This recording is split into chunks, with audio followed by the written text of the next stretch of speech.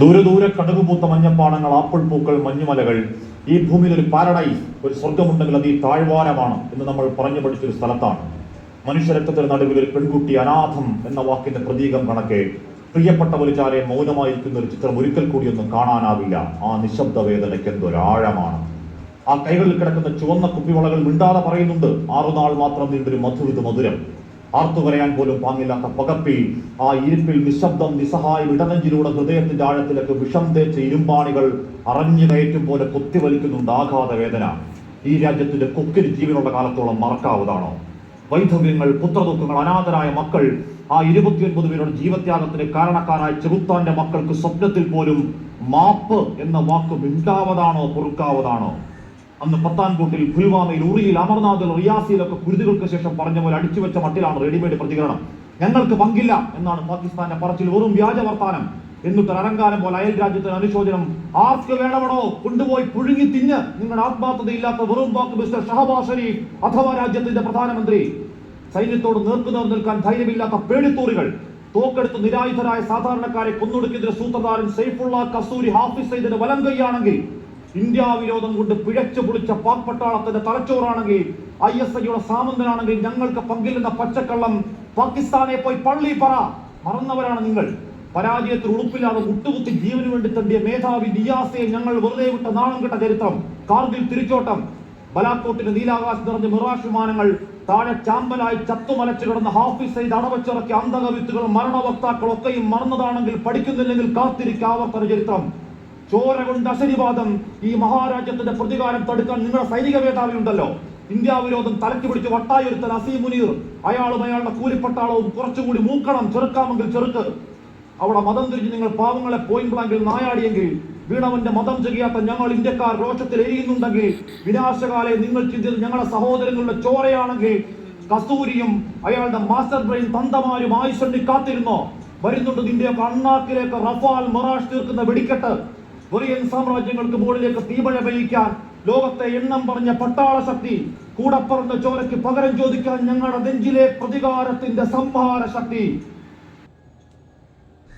ഹാഷ്മി പറഞ്ഞ ഈ വാക്കുകൾ ഓരോ ഇന്ത്യക്കാരനും തൻ്റെ നെഞ്ചിൽ തൊട്ട് പറയാൻ ആഗ്രഹിച്ച വാക്കുകൾ. പാകിസ്ഥാൻ എന്ന് പറയുന്ന ഭീകരരെ വളർത്തുന്ന കൊടും ക്രിമിനലുകൾ വാഴുന്ന രാജ്യം, ഇന്ത്യ എന്ന് പറയുന്ന മഹാരാജ്യത്തിലേക്ക് നിങ്ങൾ അയച്ച കൊടും ക്രിമിനലുകൾക്ക് വരുന്നുണ്ട് ഈ 8ന്റെ പണി. ഇനി മാപ്പെന്ന് പറയാനുള്ള ഒരു എന്ന് പറയാൻ വാ തുറക്കാനുള്ള സമയം നിങ്ങൾക്ക് ഈ മഹാരാജ്യം തരില്ല. അതിന് പോന്നോളം ഒരു പട്ടാളം ഇന്ത്യക്കുണ്ട്. പാവപ്പെട്ട ജനങ്ങളെ, ഇന്ത്യയിൽ ഇവിടെ വന്ന് ഇവിടുത്തെ പാവപ്പെട്ട ജനങ്ങളെ ഇസ്ലാമാണോ ഹിന്ദു ആണോ എന്ന് ചോദിച്ച് മനസ്സിലാക്കി, ഇസ്ലാം ആണെങ്കിൽ വെറുതെ വിടുകയും ഹിന്ദു ആണെങ്കിൽ ആ സമയം ഷൂട്ട് ചെയ്യുകയും അവരെ നിഷ്കരണം കൊന്നു തള്ളുകയും ചെയ്യുന്ന നിങ്ങളുടെ മാസ്റ്റർ ബ്രെയിൻ അത് ഇവിടെ വർക്കാവില്ല. ഇവിടെ ഓരോ ഇന്ത്യക്കാരനും ഇസ്ലാം എന്നോ ഹിന്ദു എന്നോ ഇല്ലാതെ ഒറ്റക്കെട്ടായി ജീവിക്കുന്ന ഇന്ത്യ എന്ന മഹാരാജ്യത്ത് വന്ന് നിങ്ങൾ ചെയ്ത ഈ കൊടും ക്രൂരത നിങ്ങൾ ഓർക്കുന്നുണ്ടോ? മുന്നേ നിങ്ങൾ ചെയ്തതിനും തിരിച്ചടി എത്രത്തോളം വലിയ പ്രഹരമായിരുന്നു എന്നുള്ളതും ഒരു ഓർമ്മപ്പെടുത്തലാണിത്. ഇനി ഇതിന് നിങ്ങൾക്ക് ഒരു രീതിയിലും ഒരു മാപ്പെന്ന് പറയാനുള്ള ഒരു സമയം നിങ്ങൾക്ക് കിട്ടില്ല. അതിന് മാത്രം ഒരു വലിയ പട്ടാളം ഇന്ത്യക്കുണ്ട്. ഇവിടെ വന്ന് ഓരോരുത്തരോടും ഇത്തരത്തിൽ കലിമ ചൊല്ലാനായിട്ട് ആവശ്യപ്പെട്ടു എന്ന് പറഞ്ഞു. എന്താണ് കലിമ? ഹിന്ദു മതത്തിൽപ്പെട്ടവർക്കും അതുപോലെ ക്രിസ്ത്യൻ മതത്തിൽപ്പെട്ടവർക്കും കലിമ എന്താണെന്ന് അറിയില്ല. അപ്പോൾ കലിമ ചൊല്ലാൻ കഴിയാതെ ഒരു നിസ്സഹായ അവസ്ഥയിൽ ഞാനൊരു ക്രിസ്ത്യനാണ്, എനിക്ക് കലിമ ചൊല്ലാൻ അറിയില്ല എന്ന് പറഞ്ഞ സമയം, ആ സമയത്ത് തന്നെ അവരെ വെടിവെച്ച് കൊന്നു. എത്രത്തോളം മൃഗീയമായിട്ടാണ് ഈ രീതിയിൽ കൊന്നു തള്ളുന്നത്. അവരുടെ ഉള്ളിലുള്ള ചിന്ത ഹിന്ദു മുസ്ലിമുകളെ തമ്മിലടിപ്പിച്ചുകൊണ്ട് അതിൽ നിന്നും ചോര ഊറ്റാമെന്നുള്ളൊരു വലിയൊരു പ്രതീക്ഷയിലുള്ള നിങ്ങളുടെ മാസ്റ്റർ ബ്രെയിൻ നിങ്ങളുടെ കുത്തിവെച്ച് ഇങ്ങോട്ട് അയച്ചതാരാണെങ്കിലും അതിനുള്ള വലിയ മറുപടി ഇവിടെയുണ്ട്. കുറച്ച് സമയം നിങ്ങളൊന്ന് കാത്തിരിക്കുക. എന്തായാലും ആതിര പറഞ്ഞതും മേജർ രവി പറഞ്ഞതും ഹാഷ്മി പറഞ്ഞു വെച്ച വാക്കുകളിലൊക്കെ നമുക്ക് മനസ്സിലാക്കാൻ പറ്റും, ഇന്ത്യൻ ജനത ഹിന്ദു മുസ്ലിം എന്നില്ലാതെ സഹോദരങ്ങളെ പോലെ ഒരു മത സൗഹാർദ്ദ രാജ്യമാണ് ഇന്ത്യ. ഇവിടെ മുസ്ലിം എന്നോ ഹിന്ദു എന്നോ ക്രിസ്ത്യൻ എന്നോ എന്നില്ല. ആരാണോ മുന്നിൽ വീഴുന്നത് അവരെ ചേർത്ത് പിടിക്കുന്ന രാജ്യമാണ് ഇന്ത്യ.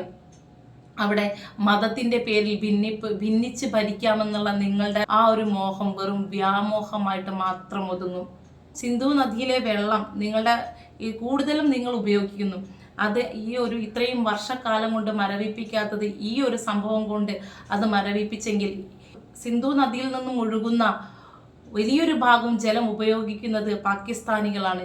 ആ ഒരു കരാർ അവിടെ മരവിപ്പിച്ചു കഴിഞ്ഞു. ഇനി അതിലേക്ക് ജലം പോവില്ല. നിങ്ങളുടെ വെള്ളം കൂടി മുട്ടിച്ചു. അതുപോലെ തന്നെ ഇനി വരാനിരിക്കും ഈ പ്രഹരം താങ്ങാൻ നിങ്ങൾ കാത്തിരിക്കുക. എന്തായാലും ഇന്ത്യ എന്ന മഹാരാജ്യത്ത് ഇനിയുമുണ്ട്. നമുക്കറിയാം കേരളത്തിനകത്ത് തന്നെ നമ്മളെ ഇവിടെ അടുത്തൊക്കെ നമ്മുടെ ഈ മലയാളികൾക്കിടയിൽ തന്നെ ചില ഈ മുസ്ലിം ഹിന്ദു എന്ന് പറഞ്ഞിട്ട് വല്ലാതെ പ്രസംഗിക്കുന്ന കുറച്ച് കീടങ്ങളുണ്ട്. അതിനെയും കൂടി എടുത്ത് പുറത്ത് കളയേണ്ട ഒരു വളരെ അർജൻറ്റായിട്ടുള്ള ഒരു സാഹചര്യം കൂടിയാണിത്. കാരണം എനിക്ക് ചില വീഡിയോ ഞാൻ കണ്ട്, നിങ്ങൾ ഹിന്ദുവിൻ്റെ വീട്ടിൽ പോയിരുന്നോ, അവിടുന്ന് ഭക്ഷണം കഴിച്ചിരുന്നോ, പാടില്ല. നിങ്ങളെന്തിനാ അവർക്ക് ഓണത്തിന് ഭക്ഷണം നിങ്ങളെന്തിനാ അവർക്ക് പെരുന്നാളിന് ഭക്ഷണം കൊടുക്കുന്നത്? അത് പാടില്ല. അവരെ ഓണത്തിന് അവരെ വീട്ടിൽ പോകാൻ പാടില്ല. ഇത്തരത്തിൽ ഹിന്ദു മുസ്ലിങ്ങളെ തമ്മിലടിപ്പിക്കുന്ന കുറേ എണ്ണം ഇതിനകത്തുമുണ്ട്. അപ്പോൾ അത് നമ്മളിപ്പോൾ ഈയിടെയായി നമ്മൾ ഒരുപാട് അങ്ങനെയുള്ള വർഗ്ഗങ്ങൾ ഇതിനകത്ത് തന്നെ, ഇന്ത്യക്കകത്ത് തന്നെ, കേരളത്തിനകത്ത് തന്നെ ഒത്തിരി, നമ്മൾ 14 ജില്ലയ്ക്കകത്തും ഇങ്ങനെ കുറച്ച് ക്രിമികേടികളുള്ളവരുണ്ട്.